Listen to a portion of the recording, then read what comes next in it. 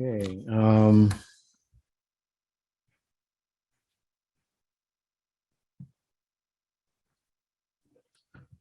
I know I got an email from Sarah Nagowski. Do I need to read the email? No. Yes, out loud.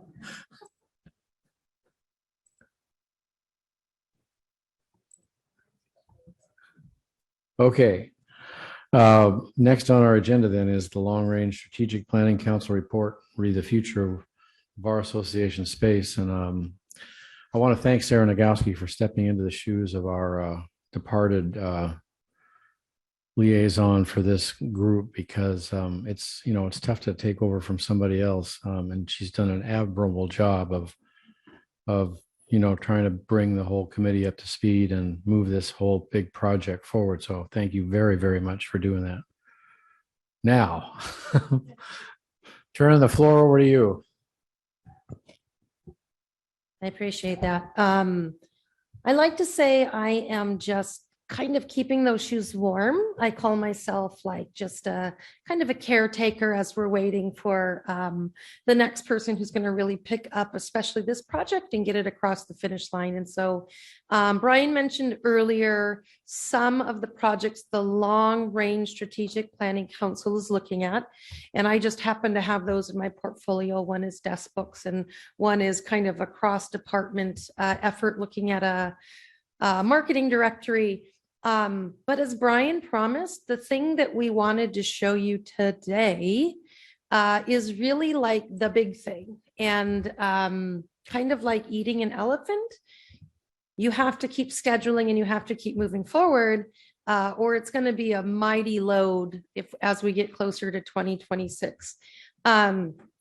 I also told Tara and Shelley about 1 minute ago that I felt like I'm taking crazy pills, because Brian and I actually made a really nice memo and we have the project management plan to show you. And somehow I will say it was like some glitch of the universe, but they're only on my computer. So Rex has given me the ability to show you what we're talking about. But before I bring up what the project management plan is, I want to kind of set the stage. So this is for discussion and feedback today. This isn't like, we're not taking a vote. We're not deciding whether we sell or move or blah, blah, blah. But this is just really about consistently reminding the entire Board of Governors that the Long Range Strategic Planning Council is the place where the plan for what's going to happen after 2026 is occurring, which means that if the entire board doesn't keep moving along with the council and receive periodic updates, there might be some big surprises at some point. And so this is kind of like check-in number one. And again, I will be quite clear in saying this is the project management plan that Anna created with the council. And what I have basically done is kind of just shepherded it a little bit. I think one of the major considerations right now for the council is timing. I had talked with Anna a lot about how we were going to hit the road and we were going to talk to people, and we've been doing that. But also it's really hard to have like a really big communications campaign, et cetera, when we're talking about the bar structure. Because when we go out and say, well, we want to know where we're going to move, and then they'll say, but aren't you like looking at what you're going to be before you decide what you're going to move? So really, I think that as the ethos process wraps up, I think we've kind of amended some dates in the project management plan. But it's all basically there, and it's a pretty robust plan. And so I am going to start sharing. I think when this is done, we can send the link to the project management plan and you can look at it. But really, I think what's important for the board to know is that it's there. The council is looking at it. The council has a plan.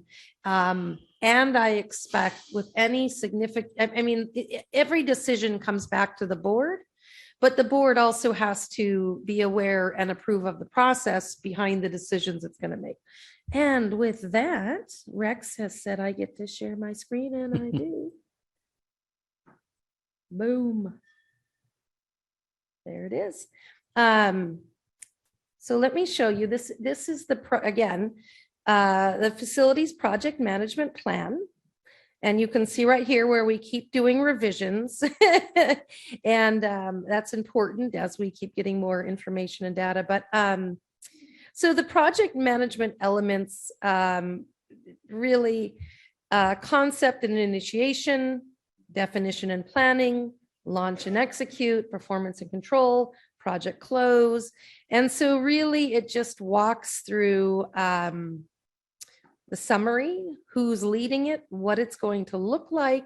I don't expect you again to be reading all of this as we go through it, but I do want you to know this is kind of the master document. If you have any initial questions about what's happening and what it looks like, let us know now. But I do intend to send this out to everybody so you can look at it.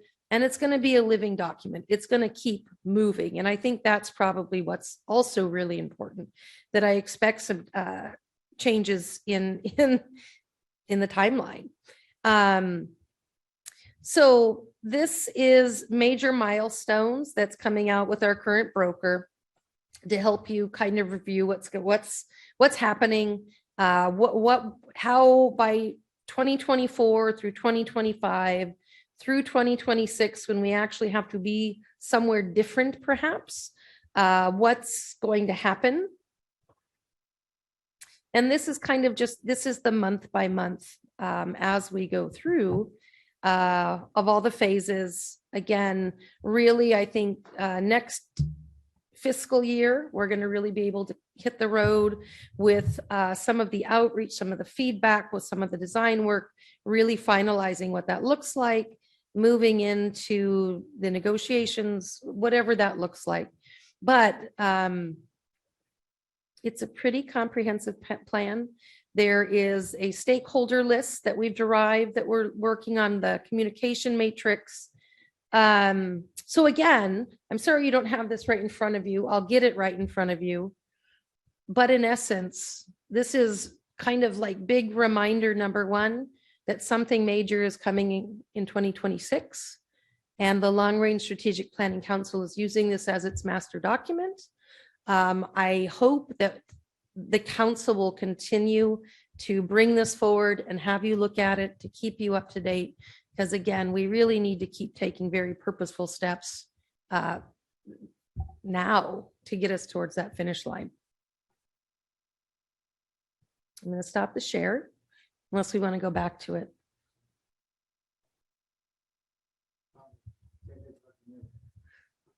Yeah, I just wanted to add that, part of the reason we're bringing this back is a few meetings ago, Anna was here giving sort of an update about something related. And there were a lot of questions about sort of where we're going and what decisions we've made. And I think at this point, clearly we haven't made any decisions about what is going to happen after 2026. But the project plan that Sarah just presented, it gives us the option to go somewhere else, whether that's purchasing something, renting something. That timeline will give us that capacity. It also will give us the capacity to stay where we are. And so at some point, we will certainly be bringing back to the board those options. But I do want to make sure that people are feeling comfortable with the direction that we're going and with the timeline that we have as of right now. Any questions about what's happening with respect to the, especially the building and the future? Oh, Governor Williams-Ruth. Thank you, Mr. President. A couple things as I'm looking at that project management timeline, and I think about one of our members who has had the luck of the down economy for 40 years. He and his firm have never paid market rate for an amazing office suite, and now he's getting ready to look at transitioning and retiring and merging the firm elsewhere. We were talking about what amazing luck he had. And I'm also thinking about my next door neighbor who put her house on the market on May 15th. which was 4 days before the first Fed interest rate. Now we've had a second one that was a 0.75%. And now we have, there's expectation in the next month of a 1% increase. She's still on the market after we had 7 houses sell all within the first week. All just to say that the real estate market is dynamic. Yesterday, the Puget Sound Business Journal had a story regarding Seattle area vacancy rates for commercial real estate and had an entire program. And all of this to say is, I feel very uncomfortable with the timeline of before a decision is made, because in this world, and I am somebody who always makes a plan. I am driving a car that I knew I was going to buy 3 years before I bought it. And I waited for the appropriate time. I drove my last car till the end. I got there was a 0%, sales. So I was making a big life decision for me and doing it in the most cost-effective manner.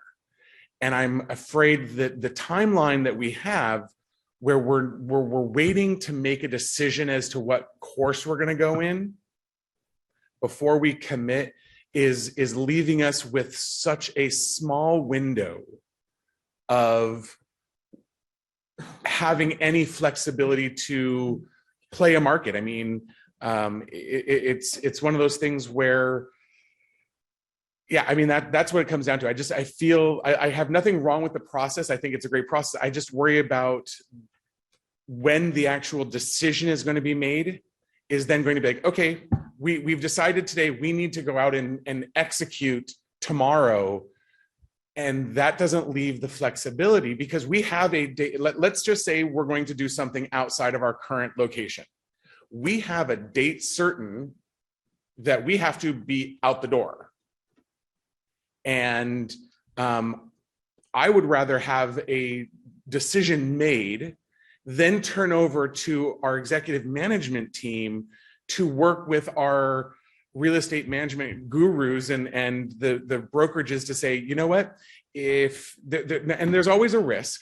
I acknowledge that. But if our professionals that we're going to be paying a commission to or whatever that say, if you can wait 6 months, that's really going to be the optimal time to do X, whatever X is going to be. So is there any way where we can speed up the decision making and then leave the execution of it? Because I'm one of these people that have been saying since the start of COVID, I mean, the Puget Sound Business Journal article is saying that the downtown Seattle Business Core right now has a vacancy rate, not a sublease rate, an actual vacancy rate of 18.6%. And, and as we all know from this, we know how big the submarket or the sublease market is in the numbers of millions of square feet that are on the sublease market.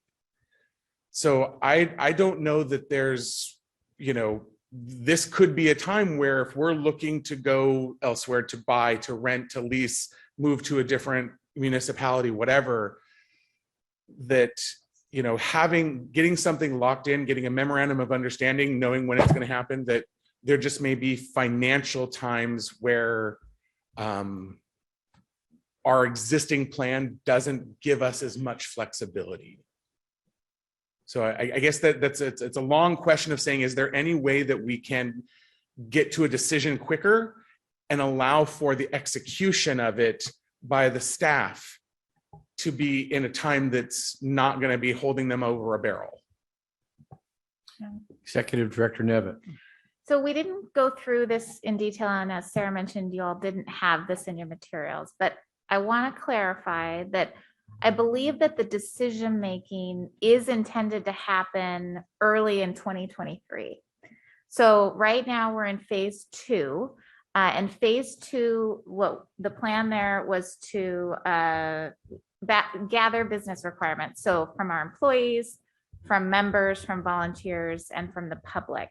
We started that, as Sarah said, we've been a little bit delayed by 1, the change in staff, 2, the fact that we're doing this bar structure work group. And I think from a communications and outreach point of view, there was some sort of chicken and egg thing. So I think we kind of been waiting for the structure piece to be finished, and then we can really make the push on that. So I think and then in phase 3, that's where we make the decision. And so we'll come to the board with a proposal or options: buy lease in Seattle, buy lease somewhere else, stay where we are, satellite offices. So I think the original plan was that we would bring that proposal to the board in November. So I think we can still drive towards that, but maybe that will be a meeting off. But I just want to clarify that I do think, yes, you're absolutely right. Decisions should be made about which direction we're going way, soon, and not as we're approaching 2026 and the end of our lease. And I also want to clarify for everyone, because we often just reference 2026. Our lease expires at the end of 2026. So we do have, not January. Yes.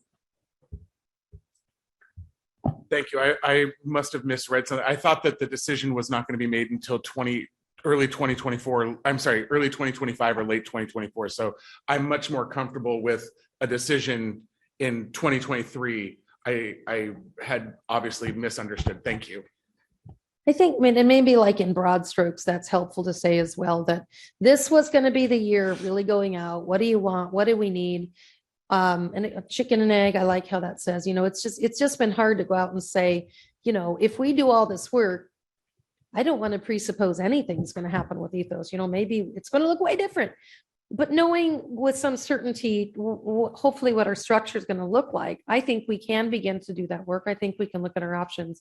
So the first, that phase is the gathering. It was in November where it said we would come back and have a report and we'd present options. And really the board would say, this is the thing, right? We're going to have satellite offices. We're going to buy, we're going to lease, whatever that looks like. And then the bulk of the plan is like the doing of the plan, like you said, Brent, which I think is going to be very significant as we move forward. So I'm not sure. Again, I think that we're, as soon as the main facilities driver comes back with this, I think we're going to have to look at modifying some of those dates. But I don't think actually going out and getting close to an early 2023 report back is going to be not doable, undoable. So. Governor, executive, okay. Governor Stevens. So this is a question for both executive director as well as chief communications officer, and that is, on so many other issues we talk about making sure that we have gotten feedback, opinions, et cetera, from our members, which are far and wide and broad and respond in different ways. And so I just want you to speak to both what would look like, because 2023 is it's less than 6 months to the beginning of 2023. And so I'm just kind of curious, so we're not saying the same thing, only now we're saying something else in terms of, have we really gotten enough feedback, input, et cetera, from our stakeholders? I don't think we've really gotten any at all. I think that do you remember, Alec, because you had some good feedback when we sat down with the council and we actually pulled up the list. Like we've got a matrix that basically said, these are all the people who really have some input into this. And I remember we in particular talked about like Seattle big firms, but other big firms, right? Like everybody has a different thing. And so I think what's going to have to be really intentional is going through that matrix and really asking every single one of those groups about their interests and what it looks like with the different options, and doing that work. And I think that's going to be the bulk of the work in the coming months. And so that's really my question, which is, when you say 2023, you know, when are we saying that in terms of the other side of the coin, which is, you know, have we heard from enough people? How do we know? I mean, we have those discussions about all kinds of other issues. But I want to make sure we haven't rushed this one to then come back and say, well, wait a minute, we didn't talk to enough people, and how do we know? And you know, where do we finally say we've gotten critical mass, whatever that looks like? And so I don't mind samplings, et cetera, but I mind conversations later on where we're saying we haven't heard from enough. And so, you know, it's kind of what is enough? And maybe I'm not going to ask you to do that here and now, but maybe that's the next thing. I want to make sure the Board of Governors are on board with what it will be enough information to go forward, as opposed to deciding we're going to go forward and then having other conversations that maybe we don't have enough information, enough input, enough involvement, which is for me crazy making. So maybe that's the next step, putting together the actual, and like I said, Anna and I sat down to say, here is the communication plan and how we're going to mark it up. And what we essentially came out to, and I know it seemed, we tried to figure out, you know, how we would kind of slot this in really purposefully while doing ethos. And it really came down to, I think we have to prioritize, you know, that as a feedback mechanism, right? I mean, we're really reaching out and saying, we need you to come talk about this. And so I think the next step that you might appreciate, Alec, and what I think you're saying is even more important, is that this entire board agrees to is not just the big plan, but like a really specific plan to say, these are the stakeholders, this is how we're reaching out, and this is what we expect shall be sufficient to help you make a decision. And speak now, or when the decision comes, you know, you're not going to be able to just keep appending on more groups into infinity. And so I think that would be reasonable if we said between now and whenever that decision comes, here are the people, and here's how we're going to speak to them. And I think you've heard me say using, you know, every sort of way that we reach out. So some is focus groups, and some is surveys, some are meetings, some are, but doing all of those things to try to touch on all of those stakeholders, and not just one kind of thing, but multiple things. Thank you. Okay, anybody else have any thoughts, questions, or concerns that they would like to address on this here agenda item? Nope. Okay. So we have a little bit of time to go back to do a governor's roundtable, which we were supposed to do earlier in the day, but I was worried that some of our presenters were going to be kind of disappointed not to be talking when they were supposed to be talking. So let's get back to that agenda item. This is now the governor's roundtable. Governor Stevens, do you have your hand up for that? Not right now, Mr. President, sorry. Okay. Anybody else have any of the governors have any? Oh, Governor Bell, President-elect Bell. Yeah, Mr. President, this is not really specifically pertinent to anything we've talked about today, but I've already talked to a couple of members of the board about the fact that later on this fall at the Paramount in Seattle, they'll be doing a performance of To Kill a Mockingbird. And there are few stories that I think more heroically demonstrate, I think, a lawyer's kind of struggle with what it means to be a lawyer and the duties that they carry out than that story. So it's something to keep in mind as a possibility for potential attendance. I hope to attend. And if others have interest as well, maybe we can talk between now and then. Thank you, Mr. President. Any other governors have comments they want to make during the governor's roundtable? I do now, Mr. President. Okay, excellent. Governor Stevens. So first of all, I want to again thank Governor Adewale and our culture officer and personnel director, Kleinfelter Sayo, for taking us through where we, capturing what happened with our retreat. One of the items that I would ask the executive committee to take up and place on our agenda is that at the end of our meetings, we actually have a review of how we did during the meeting. And I think that was one of the things we had talked about doing, and we need to do and put that in there. Right now, I'm really troubled with, and I think we just have to work on it, on how we engage with each other about issues that don't get to be personal and biting. And I think we can be strident without going there.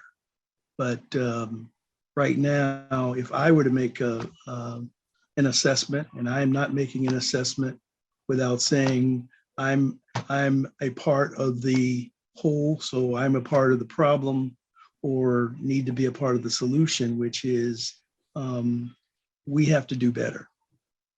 And at least my view was today, there were times where we were way off the rail in the way we talked to and treated each other. And I apologize to any and all of you if I contributed to that, but I hope we will have those discussions.